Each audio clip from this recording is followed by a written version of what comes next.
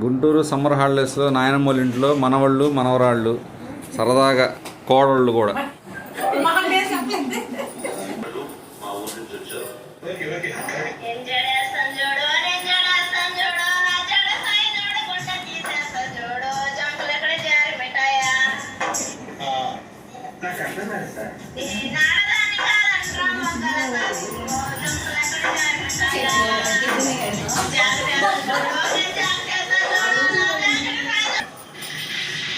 అత్తగారు కోడలు మనవాళ్ళు మనవరాళ్ళతో సరదాగా వేసవి సెలవుల్లో గడుపుతూ పిల్లలు చూడండి ఎంత చక్కగా కొట్టుకుంటున్నారు.